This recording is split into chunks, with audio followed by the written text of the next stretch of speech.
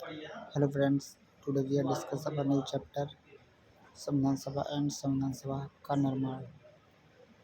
तो जैसा कि दोस्तों आपको पता है, हमारा देश 15 अगस्त 1947 को स्वतंत्र हुआ था, परंतु यह पूर्ण स्वतंत्रता नहीं थी, क्योंकि हम उन्हीं कानूनों से देश चला रहे थे जो ब्रिटिश सरकार ने बनाए गए थे।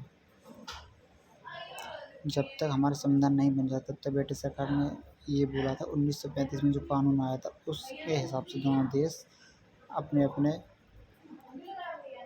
देश चलाएंगे। संविधान सभा की ऐतिहासिक पृष्ठभूमि 1917 में ब्रिटिश सरकार द्वारा घोषणा की गई। उसके उद्देश्य में उत्तरदायी सरकार लागू करना होगा और इस उद्देश्य की पूर्ति के लिए भारत सरकार कानून 1919 गवर्नमेंट पास किया गया, जो भारतीयों की आशाओं से बहुत कम निकला। उन्होंने प्रथम महायुद्ध में तन मन धन से हेल्प की थी ब्रिटिश सरकार की, परंतु ब्रिटिश सरकार ने उनके आशाओं पर खरे नहीं उतर सके। और दोस्तों, यही है संविधान सभा का ऐतिहासिक पृष्ठभूमि कि 1917 में ब्रिटिश सरकार ने घोषणा की थी कि हम भारत को के लिए एक अच्छा कानून बनाएंगे। यदि आप हमारा प्रथम विश्व युद्ध में हेल्प करते हो तो भारत ने हेल्प की थी ब्रिटिश सरकार की, बट युद्ध के बाद भी ब्रिटिश सरकार ने हमारे लिए अच्छा नहीं सोचा। इसका मतलब ये है। संविधान सभा की मांग, ये देखते हुए गांधी जी ने 1922 में मांग की कि हम जो लोग चुने जाते हैं वो निर्वाचित होने चाहिए लोगों इंडिया के द्वारा, और भारत के लोगों की इच्छानुसार होना चाहिए सब कुछ। और धीरे धीरे यह बल पकड़ती गई ये मांग, और स्वराज पार्टी द्वारा इस मांग का समर्थन किया गया, मतलब कांग्रेस द्वारा इस पार्टी का समर्थन किया गया। 1928 में एक सामन कमीशन आया जिसमें कोई भी भारतीय सम्मिलित नहीं था, और भारतीय लोगों ने इसका विरोध किया। विरोध करने पर भारत मंत्री लॉर्ड बिकनेहेड ने कहा कि भारतीय अपना संविधान स्वयं बनाने के योग्य नहीं है। इस पर भारतीयों ने चुनौती स्वीकार की, और तभी पंडित मोतीलाल नेहरू ने एक कमेटी बनाई जिसने अगस्त 1928 में संविधान की रिपोर्ट बनाकर तैयार कर दी, जिसे हम नेहरू रिपोर्ट के नाम से जानते हैं। यद्यपि इस रिपोर्ट का मुस्लिम लीग और ब्रिटिश सरकार ने विरोध किया, परंतु ये संविधान का निर्माण करने में एक महत्वपूर्ण भूमिका निभाई। दूसरे संविधान मांग में यह है कि उन्होंने पहले हमें बोल दिया था प्रथम विश्व युद्ध, हमारी हेल्प करो प्रथम विश्व युद्ध में, हम आपको आज़ाद कर देंगे संविधान बनाने के लिए, बट उन्होंने ऐसा नहीं किया। ऐसा नहीं करने पर फिर संविधान सभा की मांग उठा दी गांधी जी ने कि हमें संविधान अलग से बनाना है, ये फिर भी किसी ने नहीं सुनी। फिर 1928 में ब्रिटिश सरकार का कानून आता है लॉर्ड बिकनहेड द्वारा। वो बोलते हैं कि भारत अभी संविधान बनाने के योग्य नहीं है, इसलिए वो संविधान नहीं बना सकता। तब पंडित मोतीलाल नेहरू ने एक कमेटी बनाई जिसने अगस्त 1928 को एक रिपोर्ट जारी की, जिसे हम नेहरू रिपोर्ट के नाम से जानते हैं। परंतु इस रिपोर्ट का विरोध मुस्लिम लीग और ब्रिटिश सरकार ने किया, लेकिन उससे कुछ फ़र्क नहीं पड़ा, और इसने संविधान बनाने के लिए बहुत महत्वपूर्ण भूमिका निभाई। नेक्स्ट, कांग्रेस का लाहौर अधिवेशन। 1929 में कांग्रेस ने लाहौर में एक अधिवेशन किया, जिसमें उन्होंने संपूर्ण स्वराज की प्राप्ति को कांग्रेस दल द्वारा अपना उद्देश्य घोषित किया और निर्णय किया। प्रत्येक वर्ष 26 जनवरी को ही हम स्वतंत्रता दिवस मनाएंगे। ठीक है, तो मतलब स्वराज लाहौर अधिवेशन हुआ था, जिसमें कांग्रेस पार्टी ने ये बोला था कि हम 26 जनवरी को स्वतंत्रता दिवस मनाएंगे और हम अपने देश को आज़ाद कराकर ही रहेंगे। ये उनके मन में भावना आ गई। फिर 1930, 1931 और 1933 में ये देखते हुए ब्रिटिश सरकार ने एक बिल पारित किया, जिस ब्रिटिश सरकार ने बोला कि आपका संविधान हम बनाएंगे। तब कांग्रेस सरकार ने इसको अस्वीकार करके बोला कि हम खुद अपना संविधान बनाएंगे। इसका मतलब ये था। फिर 1936 में दोबारा से इसकी मांग की गई, बट 1936 एंड 1938 1939 में फिर से इसकी मांग की गई, बट ब्रिटिश सरकार ने फिर से इसे अनदेखा कर दिया और उनकी मांग नहीं सुनी गई। फिर क्या होता है दोस्तों, फिर संविधान सभा की मांग स्वीकार की जाती है 1940 में। जब दूसरा महायुद्ध चल रहा था तब ब्रिटिश सरकार को हमारी बहुत ज़रूरत थी भारतीयों की।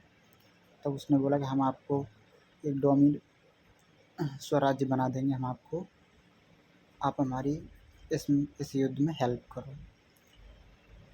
बट पहले हम भुगत चुके थे उन्होंने क्या किया था हमारे साथ, इसलिए हमने उनकी मांग को ठुकरा दिया। फिर आता है क्रिप्स मिशन 1942। यह एक ऐतिहासिक गतिरोध की तमामी और युद्ध के भारतीयों को सहयोग की प्राप्ति के लिए ब्रिटिश सरकार ने सर स्टैफर्ड क्रिप्स को 22 मार्च 1942 को भारत भेजा। तो फाइनली दोस्तों क्रिप्स मिशन आता है आपका 1942 को। 1942 को क्रिप्स मिशन आता है जिसमें बोला जाता है युद्ध की समाप्ति के पश्चात हम आपके संविधान निर्माण के लिए कार्य करेंगे। दूसरा उसमें वचन देते हैं ब्रिटिश भारत में संविधान सभा के सदस्यों का चुनाव प्रांतीय विधानसभाओं के सदस्यों द्वारा अनुपातित किया जाएगा। ठीक है, मतलब ब्रिटिश लोग बताएंगे किस किस को रखना है। ठीक है। फिर थर्ड था दोस्तों कि ब्रिटिश सरकार ने संविधान लागू करने का उत्तरदायी अपने ऊपर लिया था, मतलब उन्होंने बोला था कि हम लागू करेंगे। और फोर्थ था दोस्तों, यही था बस, जिन प्रांतों को, और उन्होंने ये फोर्थ में ये बोला था कि जिन प्रांतों को संविधान पसंद नहीं आए वो अपना अलग से संविधान बना सकते हैं। ठीक है, ये होगा ना 1942। बस कुछ नहीं दोस्तों, इसमें ये देखो क्रिप्स मिशन क्या होता है कि 22 मार्च 1942 को सर स्टैफर्ड इंडिया आए और उन्होंने एक बोला कि हम आपके लिए संविधान बनाएंगे, जिसमें उनकी पहली वो थी कि युद्ध की समाप्ति के पश्चात हम आपके लिए संविधान सभा का निर्णय करेंगे और कमेटी बनाएंगे। उनका दूसरा पॉइंट ये था कि ब्रिटिश भारत में संविधान सभा के सदस्यों का चुनाव ब्रिटिश सरकार करेगी प्रांतों के आधारों पर। ठीक। उनका थर्ड था ब्रिटिश सरकार संविधान को लागू करने का उत्तरदायी अपने ऊपर लेती है, मतलब ब्रिटिश सरकार आपका संविधान लागू करवा के रहेगी। उनका फोर्थ पॉइंट था कि जिनको संविधान पसंद नहीं आता वो राज्य अपना अलग से संविधान भी बना सकते हैं। अब दोस्तों नेक्स्ट चलते हैं कैबिनेट मिशन 1946। इसमें क्या होता है कि 1945 में बर्तानिया के आम चुनाव हुए और जिसमें मजदूर दल की विजय हुई, जिसके मिस्टर एटली प्रधानमंत्री बन गए। और उन्होंने प्रधानमंत्री बनते ही 15 मार्च 1946 को उन्होंने बोला कि हम जल्द ही भारत की समस्याओं को हल करेंगे और उनके लिए एक टीम भेजेंगे। फिर एक 3 सदस्य की टीम भारत आती है 1946 में ही, जिसके अध्यक्ष रहते हैं sir Pethick Lawrence and sir Stafford and mister A.V.. Alexander. यह कमीशन 23 मार्च 1946 को भारत पहुंचा और उन्होंने अलग अलग दलों के लोगों से बात की। फिर फाइनली उन्होंने 16 मार्च 1946 को एक योजना पेश की जिसको कैबिनेट मिशन के नाम से जाना जाता है।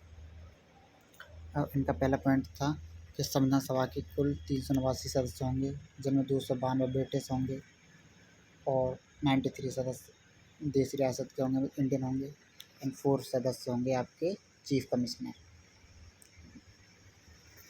फिर सेकंड पॉइंट था कि ब्रिटिश सरकार प्रांतों को संविधान सभा में प्रतिनिधित्व उनकी जनसंख्या आधार पर दिया जाएगा, मतलब 10 लाख लोगों में से एक लोग को चुना जाएगा संविधान बनाने के लिए। और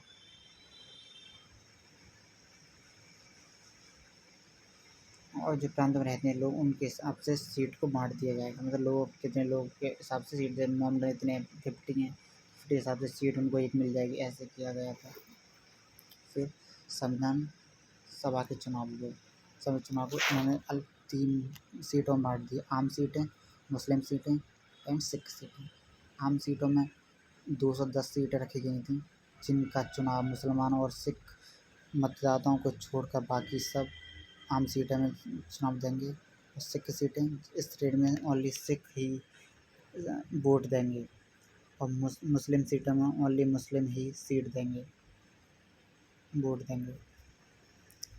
यही था दोस्तों इसमें, मतलब फाइनली ये मान जाते हैं हमारी बात, कैबिनेट मिशन बैठा देते हैं। 15 मार्च 1946 को उन्होंने घोषणा कर दी कि हम भारत में एक टीम भेजेंगे और भारत की समस्याओं को हल करेंगे। तो फाइनली 23 मार्च 1946 को 3 लोगों की टीम आती है इंडिया में, sir Pethick Lawrence, Stafford and mister A Alexander. और उन्होंने फाइनली सबसे बात करते हैं अलग अलग दलों से जाके, और फाइनली 16 मार्च 1946 को बोल देते कि हम संविधान बनाने के लिए रेडी हैं। और फिर उन्होंने अपनी 2-3 शर्त रख दी दोस्तों। शर्त में पहली शर्त उनकी ये थी कि 389 मेंबर होंगे संविधान बनाने के लिए, जिसमें 292 ब्रिटिश होंगे और 93 सदस्य इंडियन होंगे, और वो संविधान में बनाने के लिए हेल्प करेंगे और आएंगे।